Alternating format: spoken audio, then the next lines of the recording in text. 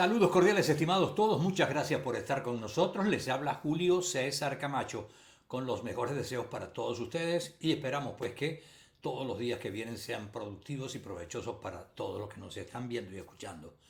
Desde luego con el pensamiento todavía en los compatriotas venezolanos que han sufrido muchísimo en estos últimos días y que no solamente eso, andan buscando más bien un respiro de tanta pesadilla que han tenido en los últimos años y ojalá pues tiempos mejores vengan lo más pronto posible. Rogamos también y pedimos a Dios por el alma de las personas que perdieron su vida en estos dos terremotos que azotaron gran parte del país, sobre todo en la parte norte. Les quiero recordar nuestra dirección para que la tengan en cuenta, Julio César Camacho 2025. Repito, Julio César Camacho 2025 para que se suscriban a nuestro programa. Es gratis y le agradecemos también a todos ustedes esa amable atención, a los que ya se suscribieron. Muy agradecidos, sin duda alguna. El tema de hoy justamente es para saber qué está preparándose para el futuro de Venezuela, cómo están las cosas entre Estados Unidos y Venezuela, qué es lo que realmente se está cocinando en este momento. Hay muchas cosas sueltas por allí que muchos no entienden y hay muchos que no pueden aceptar pues que las cosas que están pasando estén ocurriendo a nivel político como están ocurriendo. Pero bueno, hay alguien que nos va a hablar de este tema porque lo conoce muy a fondo. Se llama Antonio de la Cruz.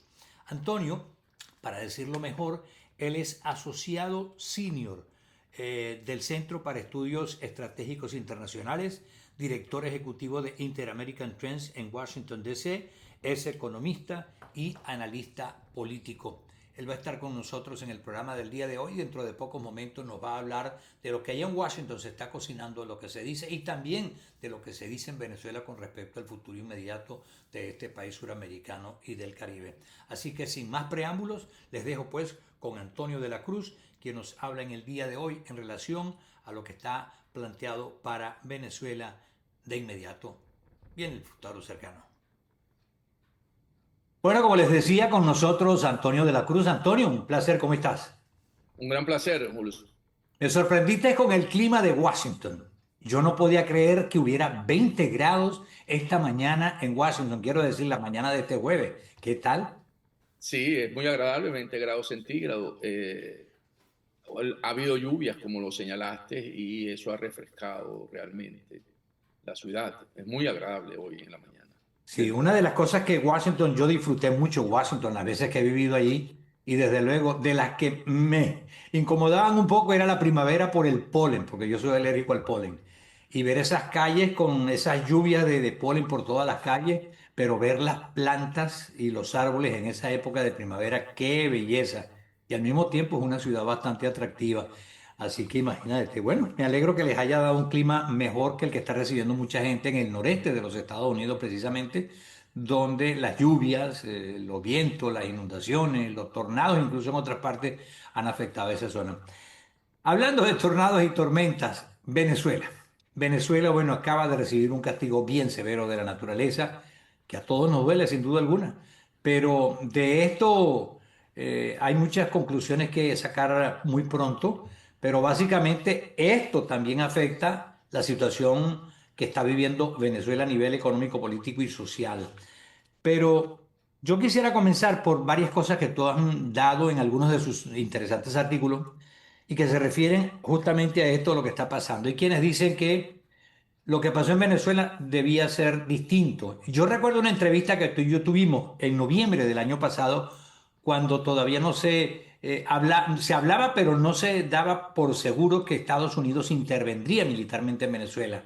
Había quienes dudaban que eso fuera a ocurrir, pero al final, bueno, ocurrió y ya sabemos todo lo que ha pasado.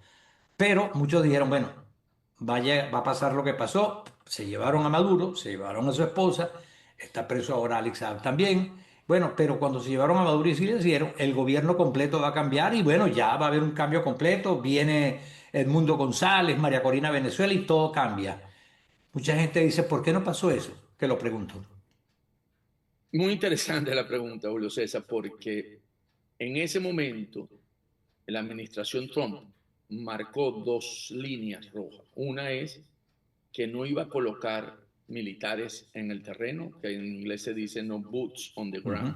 correcto. Y la otra línea roja era la reconstrucción de Venezuela, parte de la recuperación de la industria petrolera. Por lo tanto, ellos no querían que en Venezuela hubiera inestabilidad. Y de hecho, cuando ellos plantean cómo resolver la crisis en Venezuela, la plantean en 3 grandes fases, dicho por el mismo secretario de Estado, Marco Rubio, que son estabilización, recuperación económica y transición. La democracia quedó de última, la transición.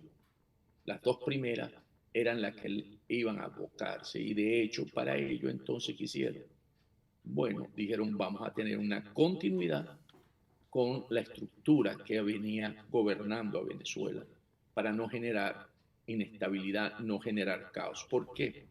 Porque cuando la Casa Blanca empezó a explorar las opciones para la transición, informes de la CIA decían que un gobierno con Edmundo González Urrutia y con María Corina Machado exigía colocar en Venezuela alrededor de 70.000 hombres de las Fuerzas Armadas estadounidenses para sostenerlo, porque no había la garantía de que los grupos que actúan paramilitarmente en Venezuela y sectores de las Fuerzas Armadas respaldarían a ese gobierno. Y allí fue donde empiezan a explorar y Qatar, que ha venido actuando muy cerca con Delcy Rodríguez, ¿verdad?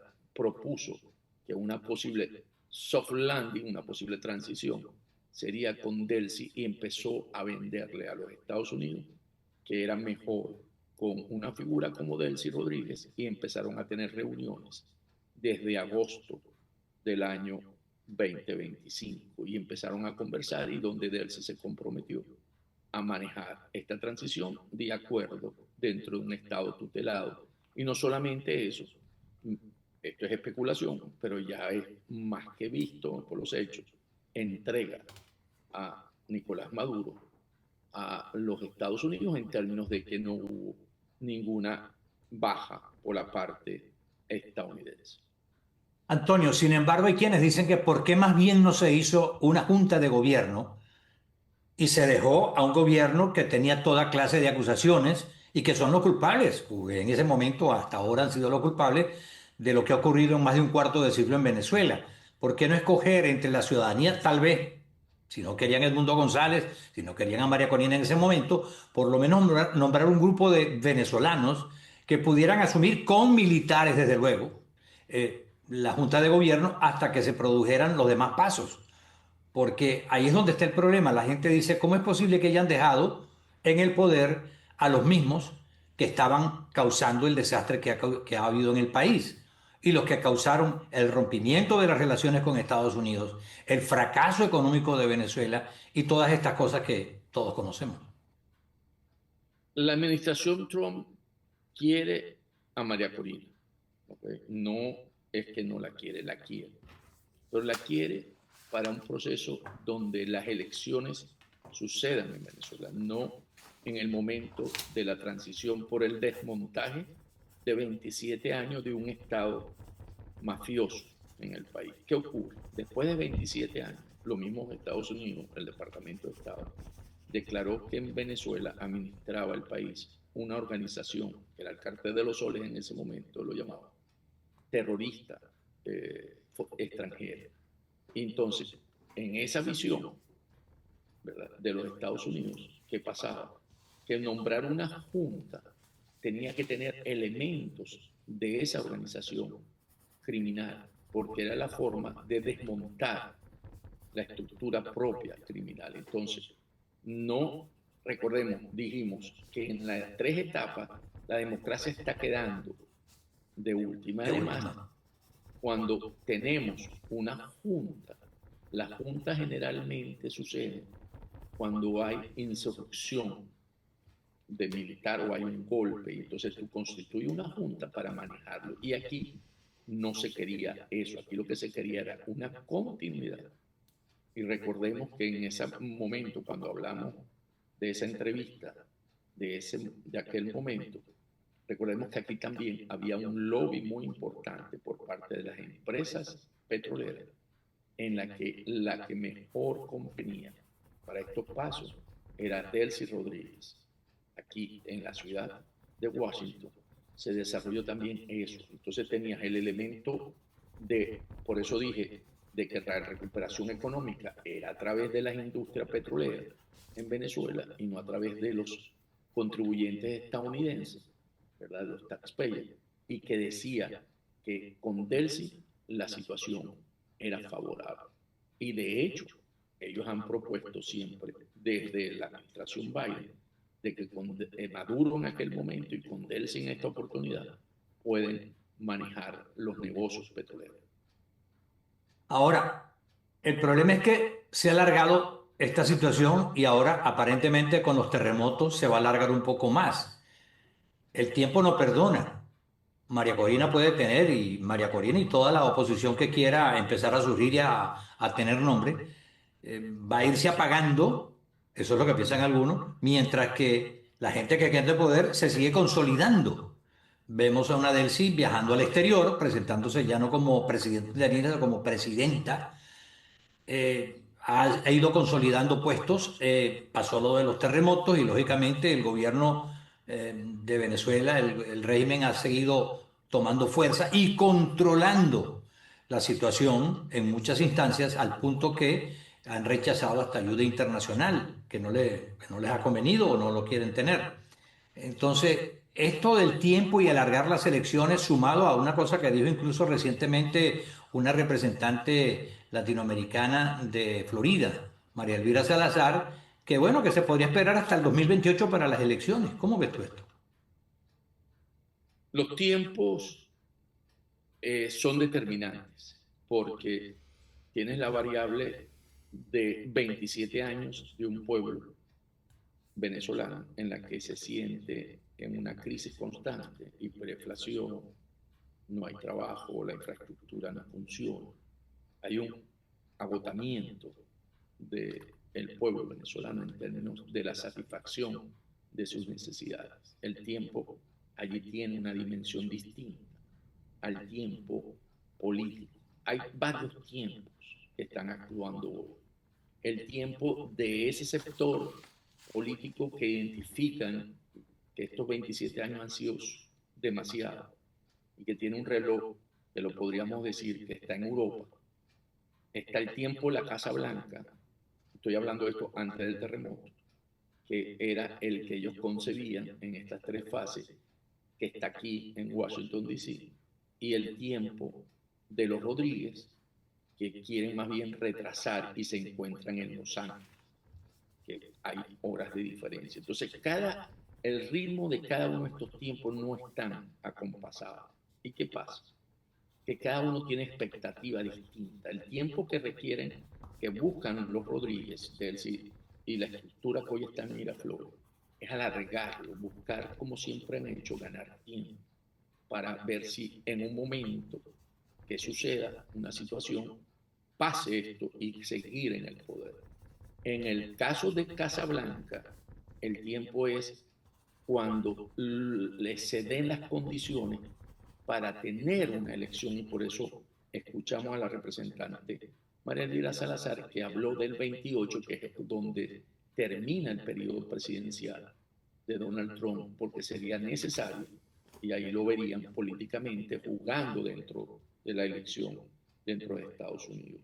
Y por supuesto, el de los venezolanos es querer salir ya de esto. De hecho, que ante los terremotos que ocurrieron en Venezuela, la encuesta de Ipsos, que es una encuesta de Estados Unidos con Bloomberg, determinaron que los venezolanos, a pesar de esa crisis, prefieren hoy unas elecciones con un 44% y un 32% que decía recuperación. El venezolano sigue buscando una solución por las elecciones. ¿Qué ocurre? Que para poder, ¿qué cambió estos escenarios? Los terremotos. Los dos terremotos ocurridos hace un mes en Venezuela cambió la situación. ¿Por qué?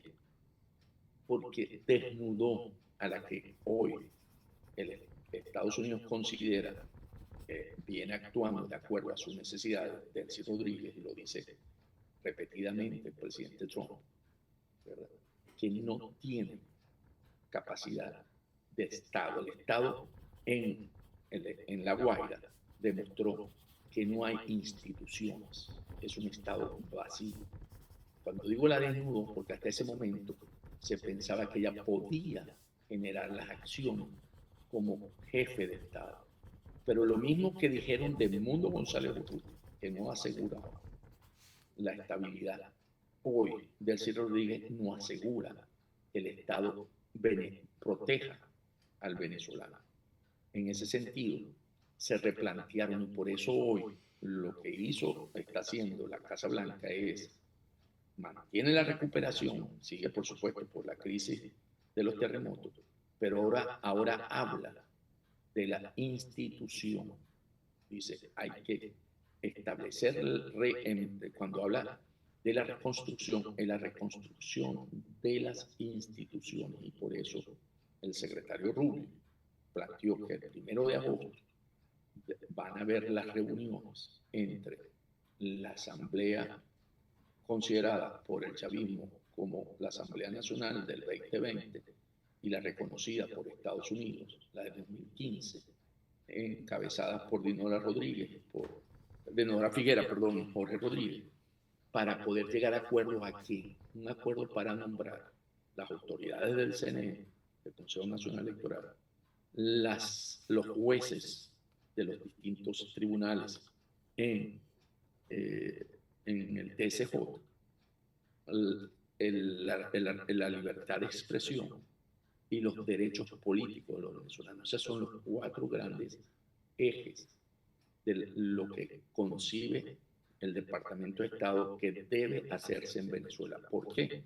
Porque por el terremoto o los terremotos, los Rodríguez buscaron ampararse bajo esa sombrilla para ganar más tiempo y decir que en Venezuela no están las condiciones para hacer una discusión política. Y el secretario de Estado lo que les dijo fue, ante un Estado tutelado como es Venezuela hoy por la Casa Blanca, no, es lo uno y lo otro.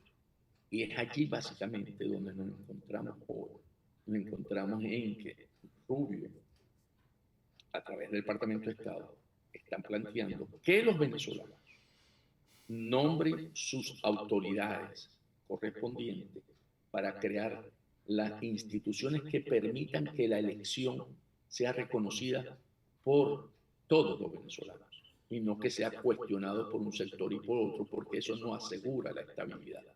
Va a generar nuevamente una situación de tensión interna. Entonces, aquí hoy lo que está apostando la administración Trump es que con estas conversaciones para nombrar, básicamente, no para generar cronograma electoral, el cronograma electoral lo va a generar el nuevo CNE que sea electo por ambas partes. Y ahí reconocernos los venezolanos como que eso puede generar confianza en los términos de los resultados que se generen en la elección prevista. Si la elección sería el próximo año o el 28, ya es una situación que tiene que resolver ese nuevo CNE, que va a tener, por supuesto, que discutir todo lo que significa un nuevo proceso electoral en Venezuela, desde el registro, el sistema, el voto exterior, ¿verdad? La incorporación de nuevos votantes, que va a tomar un análisis y una serie de situaciones que van a dar el cronograma que será presentado a los venezolanos. Antonio, y ya para cerrar, planteo 2 caminos que tú expones para el futuro de Venezuela. Y vamos a hablar de futuro inmediato. En primer lugar, veo por acá que tú mencionas lo que llamas 2 caminos. Estabilizar lo que existe. Esto consolida el poder que destruyó al país. Una de las cosas que tú has dicho. La otra, transición, aunque implique riesgo, conflicto y negociación real. Explícanos esto, por favor. La estabilización de ahora es que con los terremotos, por supuesto, tiene que reconstruir todo lo que es la infraestructura en los sectores que fueron afectados, que fueron muchos. Porque se habla solamente de La Guaira, pero también en toda la costa fueron otros pueblos afectados que necesitan generar una infraestructura confiable para las inversiones. O sea, en Venezuela hoy uno de los factores más importantes para recuperar la producción petrolera, que se aspira de 1,5 o 2 millones de barriles, necesitas electricidad. Y hoy sabemos cuántos estados están siendo afectados por cortes eléctricos. Por supuesto, eso tiene un esfuerzo que hay que resolver. Y lo segundo, que es una transición donde tenemos que reconocernos en qué sentido. Yo lo voy a poner como un símil. Estados Unidos determinó que vamos a tener un juego en términos de polo acuático, balón en mano. ¿Qué pasa? Delcy y toda su estructura está metida en la piscina, para empezar.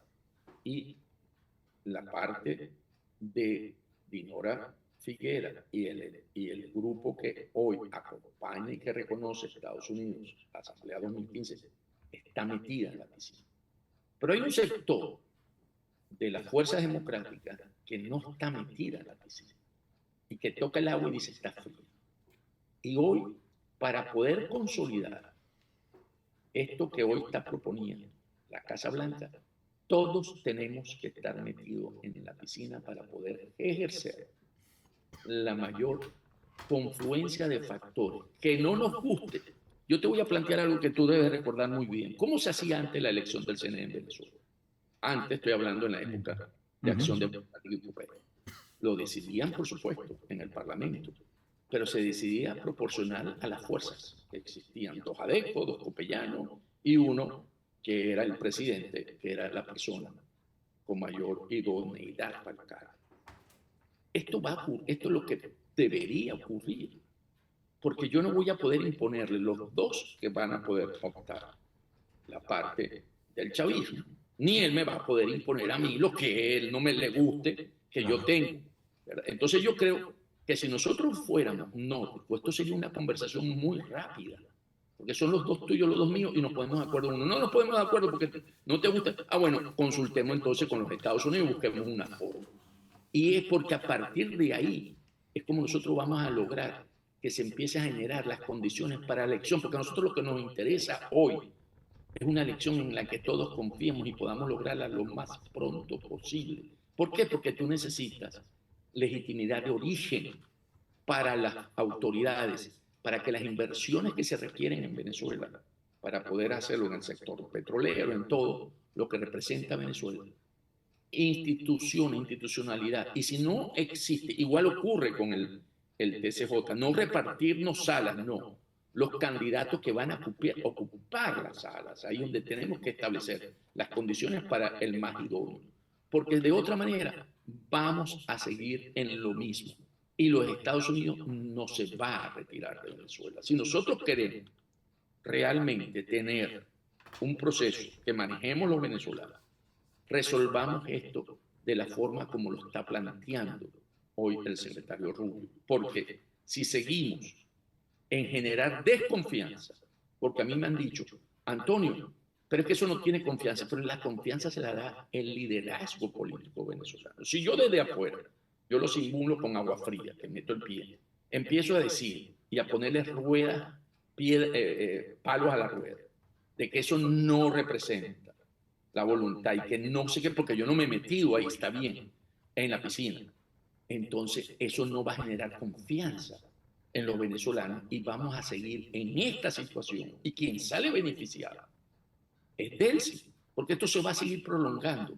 Los Estados Unidos tomó la decisión por geopolítica y geoestrategia que Venezuela forma parte de los intereses de la seguridad de los Estados Unidos y no se va a ir de Venezuela si nosotros los venezolanos no somos capaces de demostrar que tenemos la madurez política para resolver nuestra diferencia y asegurar que lo que hoy Venezuela representa para los Estados Unidos está garantizado.